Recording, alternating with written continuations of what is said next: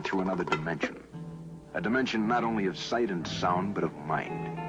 A journey into a wondrous land whose boundaries are that of imagination. Your next stop, the Twilight Zone.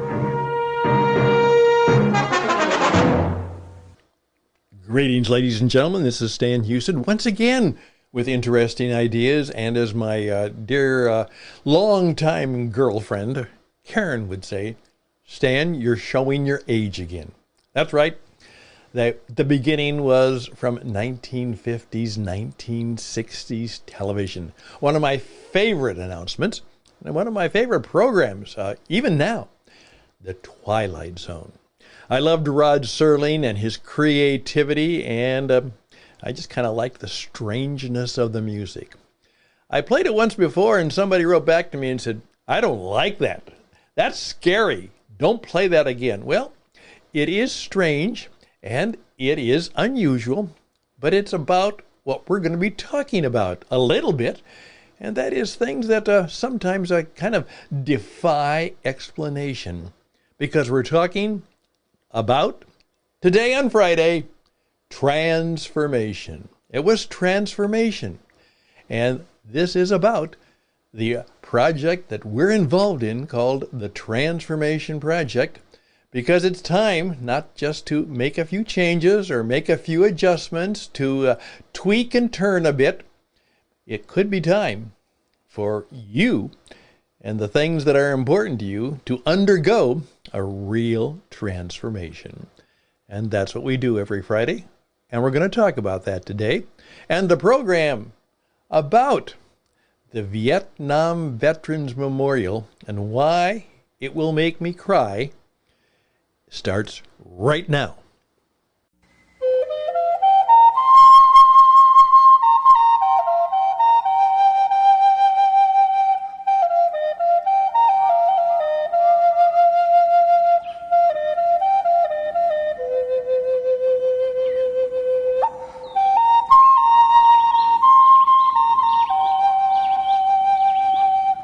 Part of the work that we're doing here is a podcast presentation, and we're doing it somewhat in cooperation with a good friend, a former student of mine, and I'm a mentor. I'm not a mentor. He's a mentor of mine. Joe Pine, who is writing a book called The Transformation Economy, and we'll be talking about that a little bit later in the program, but this is kind of he's doing his thing, and together we're doing some things, and I'm doing this, which is my podcast thing. Here we go. I have been going through, as I did last week, talked about the fact that I was just deeply moved by the fact that one of my classmates, and it was two of my classmates, I wasn't a good friend of theirs. I knew them, and they probably knew me in some way. But they had been steady girlfriend and boyfriend throughout junior high and high school, got married, had two children, and he, Bill, was a helicopter pilot and was killed in Vietnam. And obviously, an incredible tragedy. Well, my story was about how she turned that around and in an amazing way lived a recovered life that I would simply say was transformational. And oftentimes what we do, when we talk about transformation, we talk about the big ones, and we'll talk about a big one today, but it's always good to remember that transformations can happen to you anytime, perhaps any day. There are things perhaps you need to do or prepare for, and we'll talk about that if we truly want to have a transformed life. But they can happen, and they do happen, on an everyday way to everyday people. And so that's what the program was about. But that, of course, got me thinking about that thing that I haven't done yet, but I will do, and that is I have been to Washington on a number of occasions, but I haven't gone to the place I should go. And that is the Vietnam Veterans Memorial, which is probably one of the more visited sites within the Washington, D.C. area. And right now, as I say this on the radio, all of you are getting some pictures of that. You've seen it before, that long black wall, like it's kind of cut into the ground. And then back of that, there are a group of 3 soldiers who are looking at the wall. And of course, the wall is simply a black granite, and it has engraved the names of all of the soldiers and sailors and Marines and airmen, men and women who gave the ultimate sacrifice of their lives in that war, you know. And as it was said about my friend who died, he died in a war that wasn't of his making, may not have been of his liking, but that's what happened. And of course, the problem was, when it comes to wars, the United States lost that war. After all of that, we lost it. South Vietnam fell to the North Koreans, the North Vietnamese. Obviously, they were supplied by the North Koreans and supplied by the Chinese communists, and probably to some extent by the Russians. But they won. And Vietnam was united under that joint control. Now, much has changed since then, but, you know, the war was a tragic failure. We lost. And so it was obviously a deeply disappointing thing to think, well, not only did we lose the war, but thousands of people we loved, did they die in vain? Was it even worth it? All of those things went into the thinking and all of the emotions that went into the building of the Vietnam Veterans Memorial. I think some of you may know the story, and I would ask you to think about it. The design, when it was first announced, was totally, I mean, people just yelled and screamed. And what it was, there was a contest about what it should be. And strangely enough, it was a young woman named Maya Lin, who was an architectural student at a university. And it was kind of a contest, but it was a class project to enter their design, you know, into the contest, see what would happen. It was just a class assignment. Probably they never thought that any of their designs would be considered. But hers was. And there was a bit of an outrage. This is ugly. This is terrible. Why are you doing that? How can you call that a memorial? But surprisingly, and it seems that wisely, the committee stuck by it. They said, no, this is what we're going to do. Now, they did make a brief suggestion, and that was, it was then agreed, because so many were people upset about it, that just a ways from the wall would be 3 suffering live soldiers, sailors, you know, who were looking at the wall. Obviously, as part of perhaps their grief about the loss of their comrades and colleagues. That's okay. That was fine. And that is what you will see if you will go there today. And I've never been there yet. However, the fact that I went back and did some memories about some of my friends who went to Vietnam, and some of my friends who died in Vietnam. And of course, all of us, at least men at that age and stage, obviously we were mostly young boys, hardly men, were subject to the draft. And there were people who did, sign up and volunteered, but a lot of them were people who just, they were drafted. One of my friends was named David, good friend. Now, I knew well. And he was actually a member of the same church that I went to and good friend in our youth group. David was a very sensitive guy. I mean, he really was. He was, he was a good guy, smart, but he was probably overly sensitive in some areas. And his freshman year in college, his girlfriend broke up with him, and he was devastated. And he told his folks, he said, "Well, I don't know if I want to go back to college right now. I need to sort some things out. So I'm not going to go back for my sophomore year." Well, bingo! Within the interim, he got drafted and went down to the induction center in Des Moines, Iowa. We were from a city, just a city town called Marshalltown, about an hour's worth away. And he found out that the Army didn't draft you. What it was the Selective Service drafted you. And the Selective Service was the drafting organization. And what happened is each community had a Selective Service committee. And these were citizens who volunteered. It was not necessarily a great honor, but they served on the committee, and they were the ones who would make the decision as to which particular young men had to register when you were 18, who would get a deferment, like I did, because I was a student and then I was a teacher, and then it was taken away from me. I lost my deferment, and then I had to figure out what to do, and that's another story. But went down to the induction center, and he was told that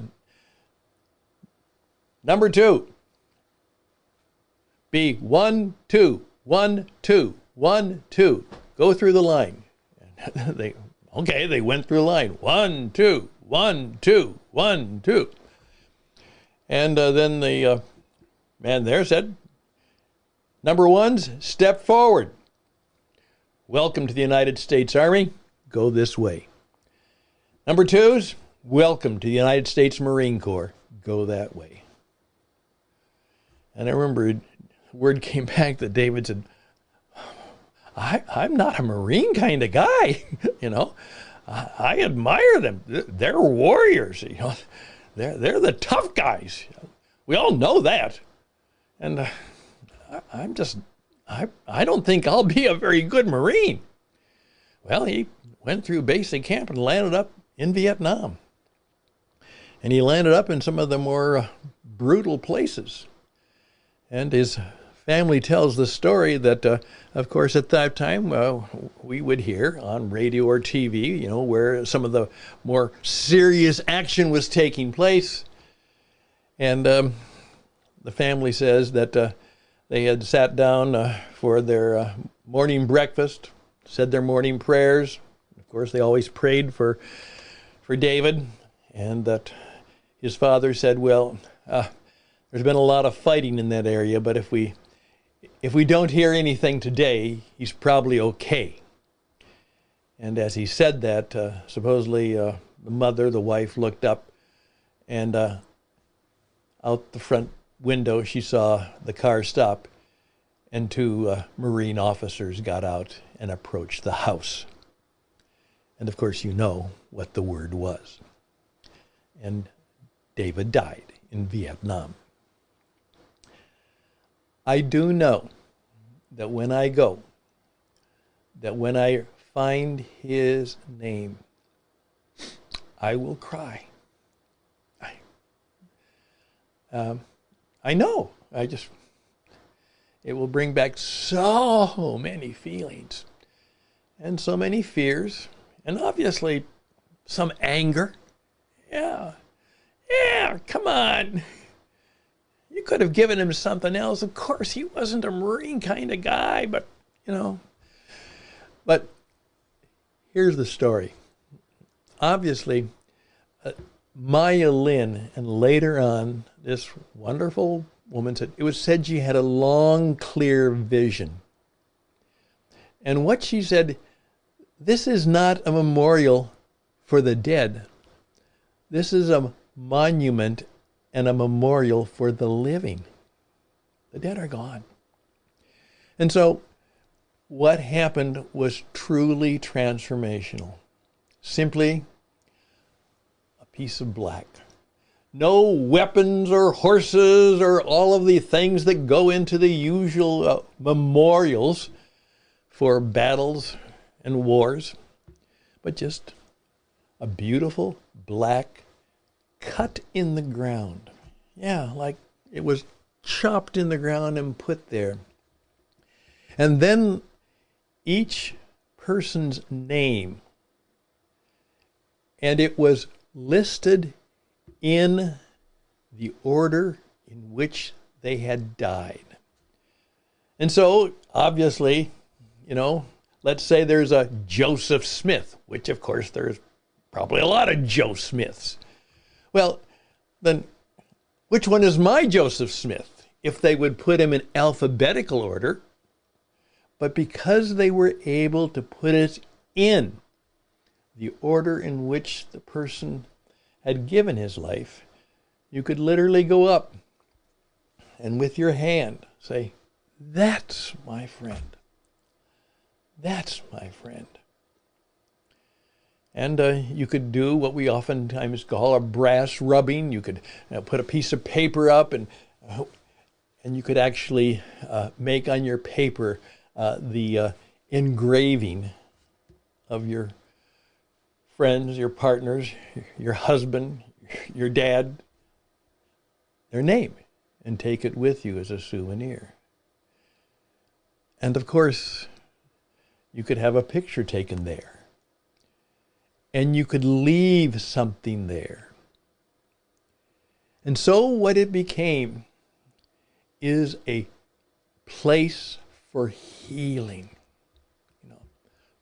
A way to finally, sure, many of them came home, and there were funerals, and there were the 21 gun salutes, and the flags passed out. But finally, there was a recognition. Because please keep in mind that a lot of the men in Vietnam, when they did come home, and they did come home alive, they weren't welcomed like we do now.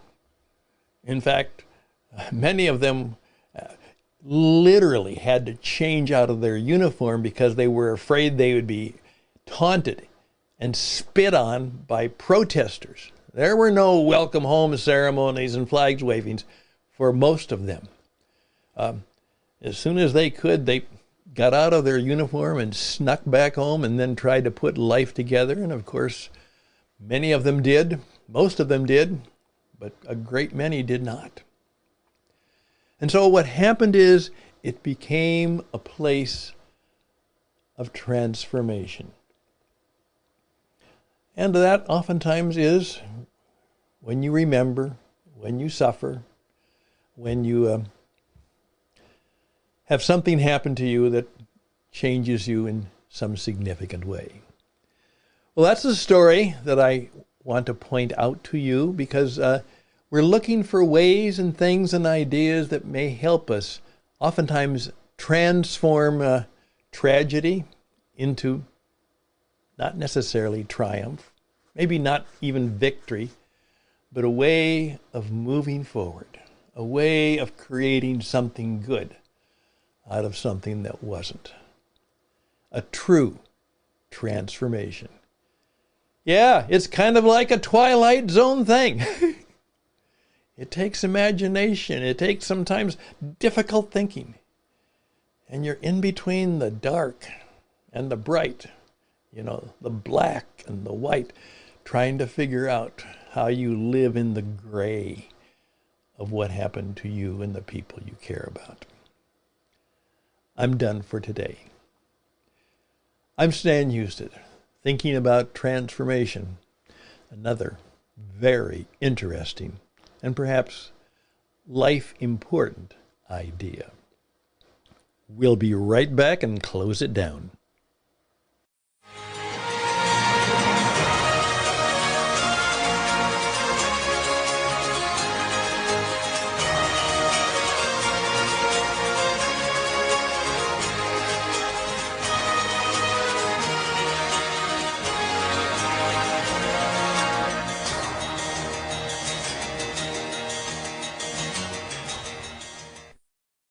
I would very much encourage you I'd love to hear your stories. If you have kind of a transformation story about the Vietnam Veterans Memorial, I'd love to hear it. Please share it with me. StanHouston@gmail.com, StanHouston@gmail.com. I'd love to hear how going to the memorial may have been something transformational for you. And perhaps Joe would like to share it in his book. Hey, my friend Joe Pine, in effect, he is now, if you'd like to, he's writing the book online. And if you'd perhaps like to subscribe to the the online process, just go do the stuff, and then it's transformationbook.substack.com. transformationbook.substack.com, and you can read about how he's writing the book online, and you can read it as it goes along and perhaps critique it and maybe proof check it, maybe even add your own story to it. Joe would love to hear from you. Again, if you want me, I can pass it on, stanhouston@gmail.com, or again, as I said, go to transformationsubstack.com. All the best and blessings to you, and we'll be thinking of many of you as we remember what it was, what might have been, and then, of course, hopefully, what recovery will be. How transformation can be something beautiful and powerful, and certainly very necessary in our world today. Till that time, until next time, bye for now.